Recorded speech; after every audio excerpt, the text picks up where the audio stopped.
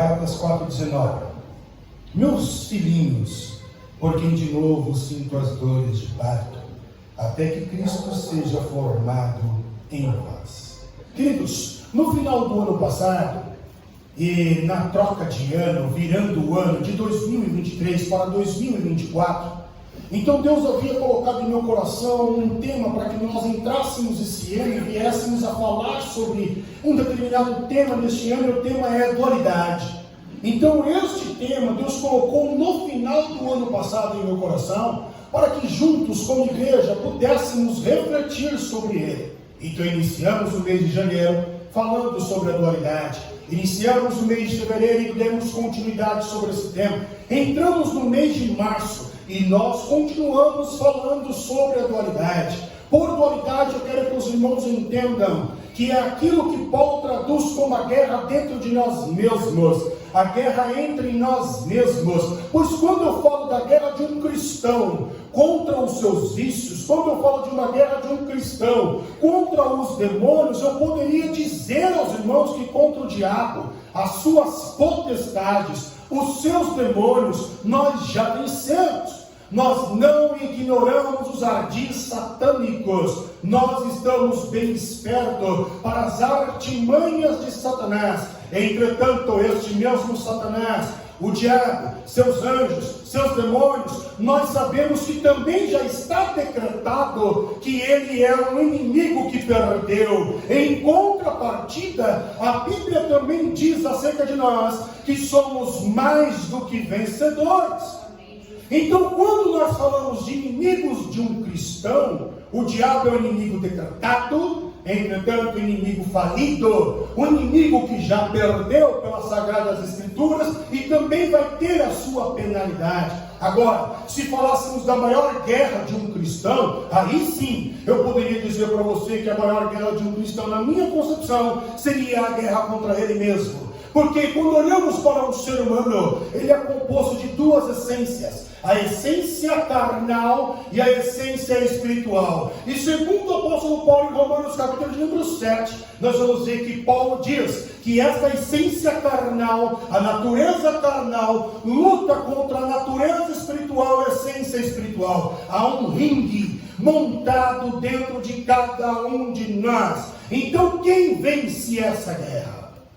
A carnal ou a espiritual? Quando chegamos no mês de abril, tive que fazer uma pausa sobre este tema, pois o mês de abril é um mês temático e falamos sobre missões. Entramos no mês de maio e novamente um novo tema. E aí falamos então sobre a família. E agora eu quero então fechar essa pausa, fechar esses parênteses desses temas temáticos e voltar para a atualidade. Sendo que até aqui, na verdade até março, nós falamos sobre 9 subtemas relacionados ao tema dualidade. Hoje eu quero falar sobre o 10º tema, 10º subtema, dentro desse tema dualidade com os irmãos. E aqui, nesse 10º tema, eu quero finalizar então o que nós propusemos sobre dualidade.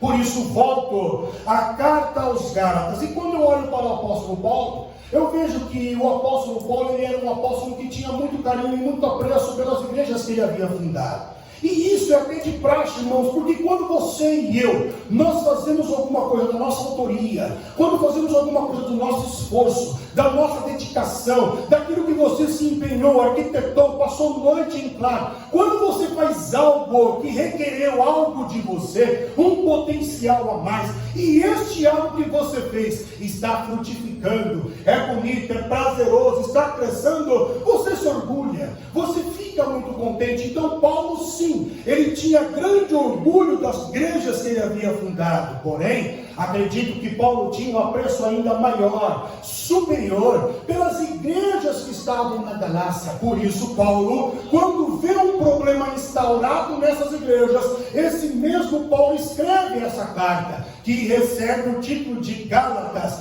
É uma carta que Paulo destina a várias igrejas na região da Galácia. E no capítulo 4, nós vamos ver que Paulo ele vai emanar a sua frustração. Ele vai emanar a sua decepção. a sua indignação. O capítulo 4 de Gálatas é quando Paulo ele coloca para fora a sua tristeza. Paulo demonstra por que é que ele está triste. E por que é que ele está triste? Porque ele percebe que tudo aquilo que ele se dedicou em fazer, que ele trabalhou, que ele pregou, que ele ensinou, a graça, a misericórdia, a liberdade cristã, a fé, tudo isso que ele ensina àquela igreja, ele percebe que está indo por água abaixo. Está desmoronando. A igreja ou as igrejas da Galácia estão abandonando os ensinos do apóstolo Paulo que ele trouxe acerca do Evangelho. Então Paulo lamenta no capítulo 4 e no verso de número 11, Paulo assim diz: receio que o meu trabalho por vós tenha sido em vão. Isso é um grande lamento. Tente imaginar então o pastor Rodrigo chegar aqui em Lagoinha, São Miguel Paulista, no mês de outubro, onde nós vamos completar 4 anos de existência, e eu chego em vocês e falo: nesses 4 anos de existência só foi trabalho para mim, não adiantou nada. Vocês não aprenderam nada, continuaram na mesma, não houve mudança. Como é que você reagiria a expressão de Paulinho, se Paulinho chegasse aqui e assim ele falasse? Como você encararia quando Paulo, olhando para você, falou: eu perdi o meu tempo ensinando você?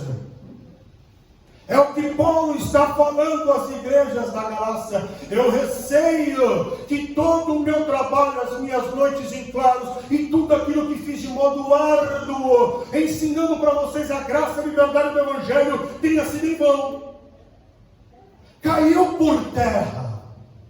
Acredito que por trás das palavras de Paulo, a maior preocupação de Paulo era que as igrejas da Galácia deixassem de crescer. E quando eu falo deixar de crescer, eu não estou falando necessariamente num sistema quantitativo, porque você e eu, nós somos ocidentais.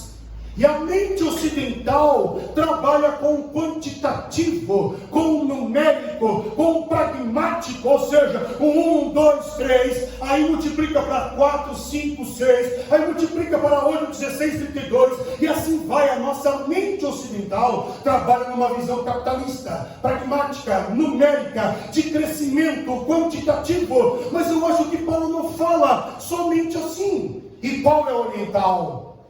Paulo é de Israel, Oriente Médio, Paulo é judeu. A mente do judeu não trabalha como a mente de um cristão ocidental. Eu acredito que muito mais do que o quantitativo, eu acho que Paulo está preocupado com o qualitativo, porque ele deixa bem claro no verso de número 19 que nós tomamos por reflexão e base. Ele deixa bem claro: eu vou colocar vocês no meu ventre, até que Cristo seja formado em vós. E esse é o maior crescimento de um cristão. Então eu acredito que talvez muito daquilo que nós fazemos não é o maior crescimento. Buscar dom é necessário, mas não é o essencial. O essencial é você se parecer com Cristo.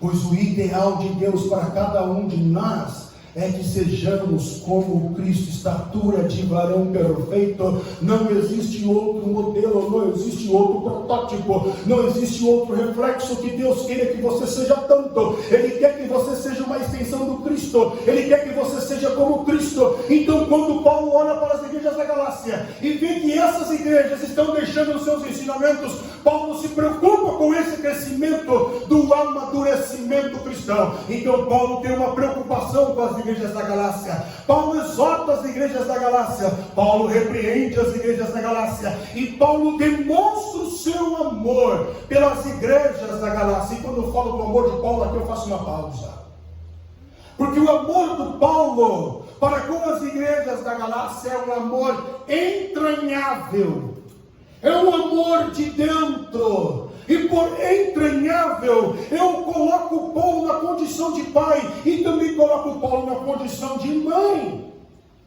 Quando Paulo ama as igrejas da Galácia, Paulo não simplesmente ama com um amor sentimental.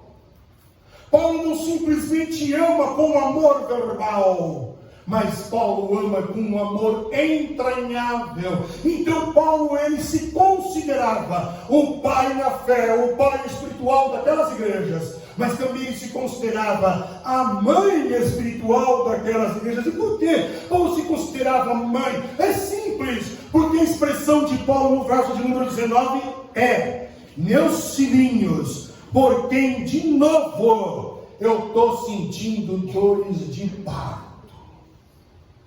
Então Paulo sim, se coloca na condição de pai, mas este mesmo Paulo se coloca na condição de mãe. É como se Paulinho estivesse dizendo assim para aquela igreja: eu não acredito que vocês estão deixando a graça do Evangelho. Eu não acredito que vocês estão abandonando a peregrinação da fé. Eu não acredito que vocês estão deixando a liberdade cristã. Eu não acredito que vocês estão deixando a cruz de Cristo para aderir a outras coisas que vocês estão ouvindo. Porventura vocês estão perdidos. Porventura vocês estão desorientados. Vocês não sabem mais a que seguir. Vocês não sabem mais o que tomar como base para ser a orientação e o norte da tua vida. Eu receio que vocês estão caindo da graça. Receio, mas eu vos amo. E eu vos amo tanto que eu vou colocar vocês novamente no meu útero. Eu vou colocar vocês novamente no meu ventre. E eu vou formar vocês no caráter do Cristo, até que esse Cristo seja um com cada um de vocês. Em outras palavras, ainda, eu acredito que o que o Paulo está falando a esta igreja é: eu vou orar por vocês. Mas não é como eu e você nós fazemos. Quando alguém vem e chega na gente e fala assim: ora por mim, ora por fulano, ora por Beltrano, a situação de ciclano é esta, então ore nessa situação. Tá bom, irmão, eu vou orar. Vai. Só que não. Se não fizer naquela hora, não ora. Não lembra? Paulo não. Paulo tem um amor entranhável. E Paulo pega novamente aquela igreja que ele havia trabalhado arduamente e coloca em seu útero. Paulo ora. E aqui então eu percebo justamente o que é a oração para o apóstolo Paulo. O que é a oração para Paulo, dentre muitos significados que Paulo dá em sua peregrinação, em seus escritos. Um dos significados que acrescento aqui agora sobre o significado de Paulo, a teologia de Paulo sobre a oração, é que a oração ela é uma incubadora gestacional. Como você encara, Paulo, a oração? Eu encaro a oração em momentos de guerra, Rodrigo, como uma incubadora, como um útero, como um ventre, onde eu vou formar aquilo que eu estou pedindo. Então, fazendo um paralelo com a nossa guerra, com a nossa dualidade, eu quero dizer uma coisa para você, meu irmão: se você quiser vencer os seus vícios, vencer a sua natureza carnal, vencer a sua natureza caída, esse momento que eu e você somos uma besta, nos deixamos levar pelo pecado, pelas coisas deste mundo, se você quiser vencer isto, só existe uma maneira: é você gerar o caráter do Cristo e não parar até que o caráter do Cristo seja gerado em você. Não tem outro método, não tem atalho, não tem palavras mágicas. A oração na visão do apóstolo Paulo é uma oração gestacional, uma incubadora, onde ele vai gerar aquilo que ele tanto anseia. No caso das igrejas da Galácia, ele queria que aquela igreja voltasse a ter o caráter do Cristo, e ele então orou. A oração para o Paulo então gera vida. A oração gestacional é a oração que gera vida. É isso que Cristo diz em João capítulo de número 7 e verso de número 38: quem crê em mim, como diz as Escrituras, rios de água viva correrão do seu ventre. Algumas expressões, algumas versões da Bíblia em português diz interior, rios de água viva correrão do seu interior, mas eu prefiro essa que diz ventre. No original, na verdade, é útero. Então, do seu interior, na verdade, local específico, porque interior é vago. Eu vou colocar você aqui, irmão, no meu interior para gerar. Mas que lugar do teu interior? Então Jesus deixa bem claro: eu vou colocar você no órgão, no ambiente que gera vida, no ventre. Então o que é a oração gestacional? É a oração com o objetivo de gerar vida. Isso é uma oração gestacional. A oração gestacional, que demonstra o amor entranhável, é também a oração da verdade plena. Porque você fala a verdade quando você ali está orando, nem algo aleatório. Isso me faz lembrar do Espírito Santo, Deus que gera, Deus em meio ao caos. Logo no capítulo número 1 de Gênesis, no verso número 2, nós vamos ver que o escritor de Gênesis assim diz: e a terra era sem forma e vazia, e havia trevas, e havia caos, e havia bagunça, e havia desordem sobre a face do abismo, e o Espírito de Deus pairava sobre a face das águas. Pairar no original é chocar, é gerar vida. O Deus Espírito Santo estava gerando no caos, na bagunça. Às vezes a gente acha que não é na bagunça, que não tem jeito, aquela pessoa que é cabeça dura, aquela pessoa que é um incircunciso de mente, não rasga a sua mente, ele não entende o que você fala. Você está tentando alertar ele do caminho mau, mas não entra a verdade na cabeça dele. Esse tipo de caos, de desordem, de bagunça, que você e eu às vezes ficamos desesperados, é justamente aí que o Espírito Santo começa a gerar vida. A oração gestacional é para este momento de bagunça, de desordem, momento em que você não consegue encontrar uma luz no fim do túnel. É aí que você começa a gerar a vida.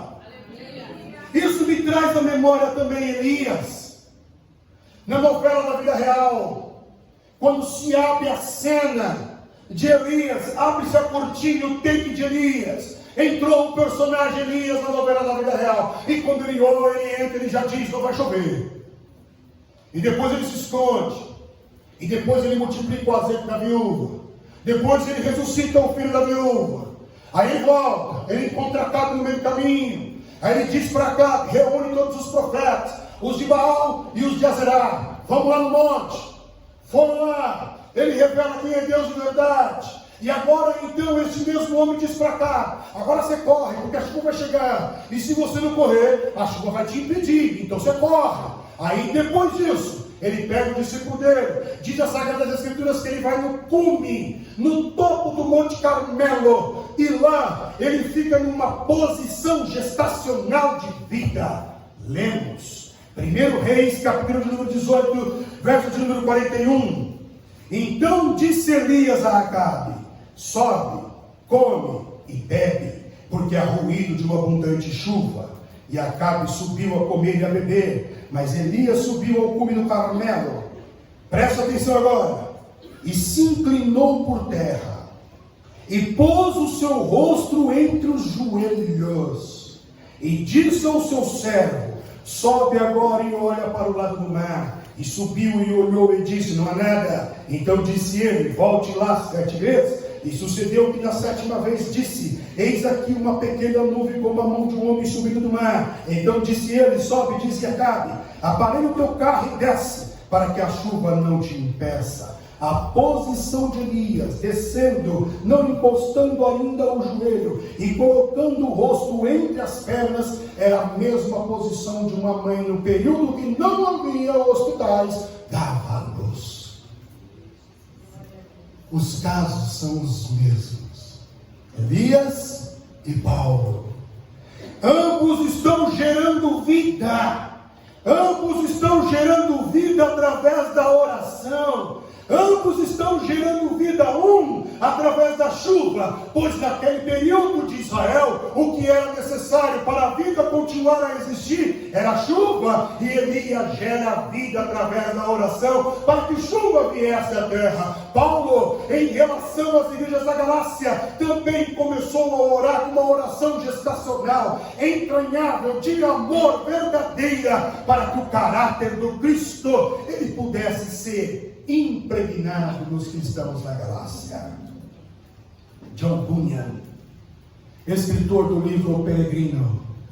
Acerca da oração ele diz: a oração fará o homem deixar de pecar, ou o pecado fará o homem deixar de orar. Repito, a oração fará o homem parar de pecar, ou o pecado o seduzirá a parar de orar. Nas palavras de John Bunyan, nós vemos a guerra da natureza carnal contra a natureza espiritual e implícita. A pergunta é: quem é que você vai alimentar? A oração ou o pecado? Quem é que você vai fortalecer? A oração ou o pecado? Pois se você está gerando o caráter do Cristo, esse caráter do Cristo que você está gerando em você tem que ser alimentado. Aí isso me faz lembrar de um outro pastor que no final da sua mensagem, um jovem chegou nele e perguntou: pastor, o que é mais importante, orar ou ler a Bíblia? E esse pastor respondeu: o que é mais importante para um pássaro, a asa direita ou a asa esquerda? Se você quiser voar, dominar a sua natureza carnal, porque não se engane, ela não será extinta de você. Ela vai ficar dormindo.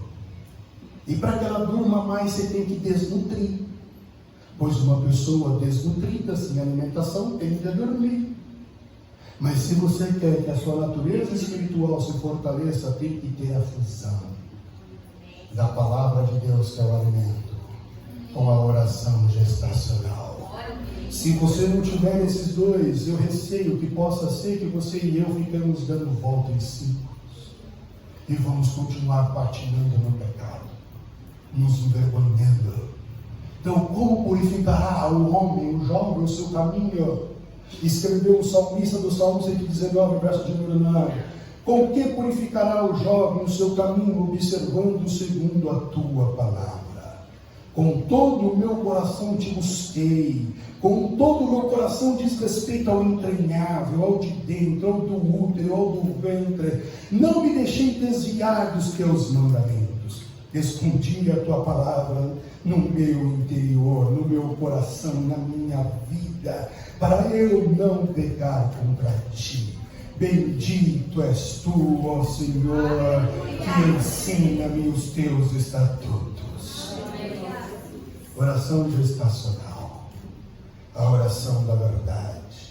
E quando eu falo de verdade, eu estou falando no sentido conceitual. O que é a verdade? No sentido conceitual, verdade é o procedimento sincero, verdade é a pureza nas intenções, verdade é a correspondência, a harmonia entre o que se fala e também o que se faz. Então, quando trazemos isso para o contexto da oração gestacional, que é a oração do entranhável, do amor, da verdade, o que eu quero dizer é que você tem que, quando orar, sentir o que ora e falar o que você sente, falar o que sente e sentir o que fala.